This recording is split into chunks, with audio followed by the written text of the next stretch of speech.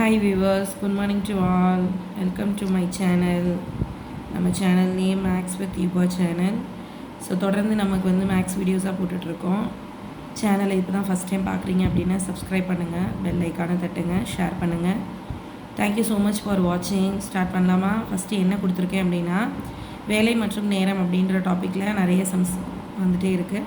So அது வந்து எப்படி சால்வ் பண்ணுறது அப்படின்றத பார்க்கலாம். ஃபஸ்ட்டு சம்குள்ளே போனால் ஏ மற்றும் பி ஆகிய இருவரும் இணைந்து ஒரு வேலையை 16 நாட்களில் முடிப்பர் அப்படின்னு கொடுத்துருக்காங்க. ஏ தனியே அதே வேலையை 48 நாட்களில் முடிப்பார் எனில் பி தனியே அந்த வேலையை எத்தனை நாட்களில் முடிப்பார்? இதுதான் நம்ம கேட்குற கொஸ்டின்.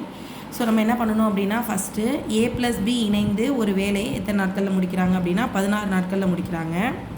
அப்போது ஏ ப்ளஸ் பி இணைந்து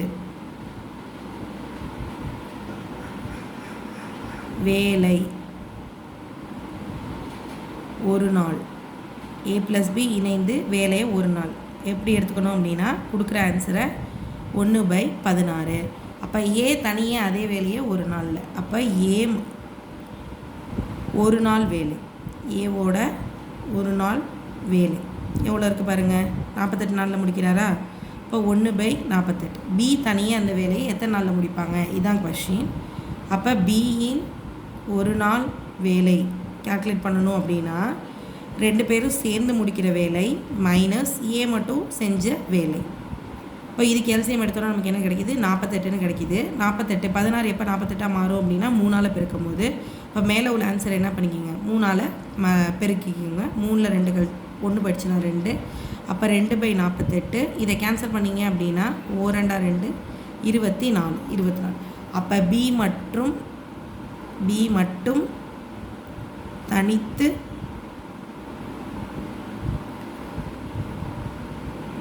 செய்த வேலை எத்தனை நாட்களில் முடிப்பார்? 24 நாட்களில் முடிப்பார். சரிங்களா? ஓகேவா? அடுத்த சம் போலாமா? ஓகே, நெக்ஸ்ட்டு செகண்ட் சம் பாருங்கள். பி மற்றும் கியூ ஆகியோர் ஒரு வேலையை முறையே 20 மற்றும் 30 நாட்களில் முடிப்பர். அவர்கள் இருவரும் ஒன்றாக சேர்ந்து வேலையை தொடங்கினர்.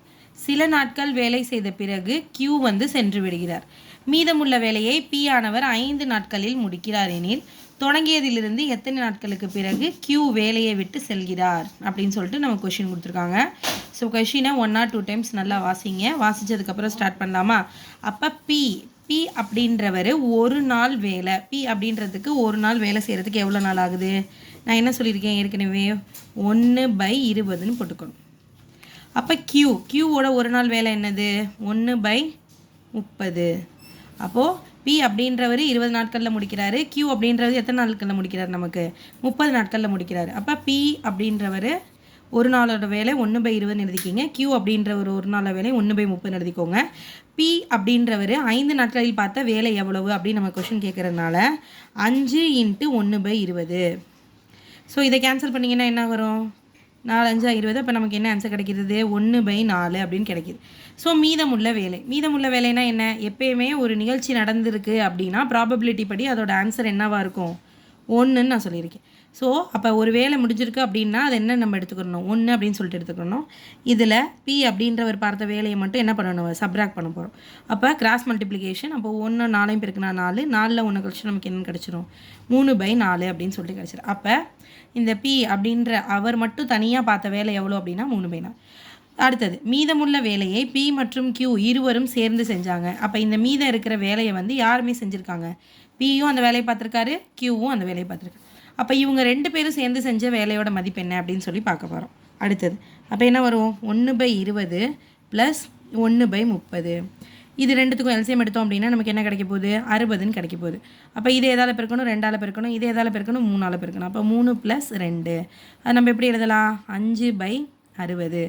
அப்போது 4 5 5, ஓரஞ்சு 5 ஈரஞ்சு 12 5 60. அப்போ என்னென்னு கிடச்சது நமக்கு 1/12. அப்போ இருவரும் ஒன்றாக சேர்ந்து வேலை செய்த நாட்கள் எத்தனை அப்படின்னு சொல்லி கேட்குறாங்க. ஸோ மீதமுள்ள வேலை எவ்வளோ இருக்குதுன்னு பார்க்க போகிறோம். அந்த மீதமுள்ள வேலை 3/4 பங்கு வேலை மீதம் இருக்குது. 2 பேரும் ஒன்றா எத்தனை நாள் வேலை பார்த்துருக்காங்க? 1/12 நாட்கள் பார்த்துருக்காங்க. ஸோ இதை கேன்சல் பண்ணோம் அப்படின்னா அவங்க எத்தனை நாள் வேலை பார்த்தாங்க அப்படின்றது தெரியும். கீழே இருக்கிற நம்பர் மேலே போகும்போது ரெசிப்ரோக்கரில் தலைகீழாக மாறும். அப்போ 12/3 ஒரு நாள் 4 3 12. அப்போ 3 எத்தனை நாட்கள் பார்த்துருக்காங்க? 9 நாட்கள் பார்த்துருக்காங்க 2 பேரும் சேர்ந்து அந்த வேலையை. அப்போ Q 9 நாட்கள் வேலையை பார்த்துட்டு அதுக்கப்புறம் என்ன பண்ணியிருக்காரு? அந்த வேலையை விட்டு போயிருக்காரு. நம்ம கேட்குற கொஷின் அதான் கேட்டிருக்காங்க. எத்தனை நாட்களுக்கு பிறகு Q வேலையை விட்டு செல்கிறார் அப்படின்னா 9 நாட்களுக்கு பிறகு Q அந்த வேலையை விட்டு செல்கிறார். புரியுதுங்களா? கொஷின் நல்லா பார்த்துக்கோங்க. P அப்படின்றவர் ஒரு நாளில் செய்கிற வேலை எழுதியிருக்கேன். Q அப்படின்றவர் ஒரு நாளில் செய்கிற வேலை எழுதியிருக்கேன். P 5 நாட்களில் வேலை செஞ்சுருக்காரு அப்படின்னு சொல்லி போட்டிருக்காங்க. அப்போ அவர் செய்த வேலை எடுத்து எழுதியாச்சு. அவங்க வேலை பார்த்ததுக்கப்புறம் மீதமுள்ள எவ்வளோ நாட்கள் வேலை பார்க்கல அப்படின்றத நோட் பண்ணிக்கணும். இது மீதமுள்ள வேலை. 2 பேரும் சேர்ந்து எவ்வளோ வேலை பார்த்துருக்காங்க அப்படின்னா 1/12. இருவரும் ஒன்றாக வேலை செய்த நாட்கள் அப்படின்னு சொல்லிட்டு இந்த ஆன்சர் டிவைடட் பை இந்த 1/12 போட்டோம் அப்படின்னா 9 நாட்கள் சேர்ந்து வேலை பார்த்துருக்காங்க. அப்போ Q அப்படின்றவர் 9 நாட்கள் வேலை செஞ்சுட்டு அதுக்கப்புறம் அந்த இடத்த விட்டு என்ன பண்ணியிருக்காரு? போயிருக்காரு. ஸோ நமக்கு தேவையான ஆன்சர் நமக்கு கிடச்சிருச்சு. நெக்ஸ்ட் சம் பார்க்கலாமா? 3வது கணக்கு என்ன கொண்டு வந்திருக்கேன் பாருங்கள். A ஆனவர் B என்பவரை காட்டிலும் வேலை செய்வதில் 3 மடங்கு வேகமாக இருக்கார். அவரால் அந்த வேலையை B எடுத்துக்கொண்ட நேரத்தை விட 24 நாட்கள் குறைவாக எடுத்து முடிக்க முடிகிறது. இருவரும் சேர்ந்து அந்த வேலையை முடிக்க ஆகும் நேரத்தை காண்க அப்படின்னு சொல்லி கொடுத்துருக்காங்க. ஸோ நமக்கு என்ன ஸ்டேட்மெண்ட் கொடுத்துருக்காங்களோ அந்த ஸ்டேட்மெண்ட்டை வச்சு என்ன பண்ணிட்டு வரலாம்? நமக்கு சம கிளாரிஃபை பண்ணலாம். அப்போது A ஆனவர் B என்பவரை காட்டிலும் வேலை செய்வதில் 3 மடங்கு வேகமானவர் அப்படின்னு சொல்லியிருக்காங்க. அப்போது இப்போ B 3 நாட்களில் அந்த வேலையை முடிக்கிறாரு அப்படின்னா A அந்த வேலையை எத்தனை மணிக்கு முடிச்சிடுவார்? அந்த வேலையை முடிக்கிறதுக்கு ஒரு நாள் அப்படின்னு எடுத்துப்போம். ஸோ ஸ்டார்ட் பண்ணுறேன். B வேலையை 3 நாட்களில் முடிப்பார். B வேலையை 3 நாட்களில் முடிக்கிறார்.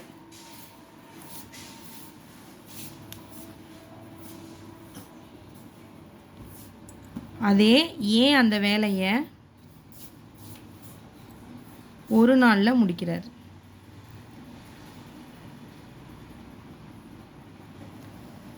அப்போது வித்தியாசம் என்ன?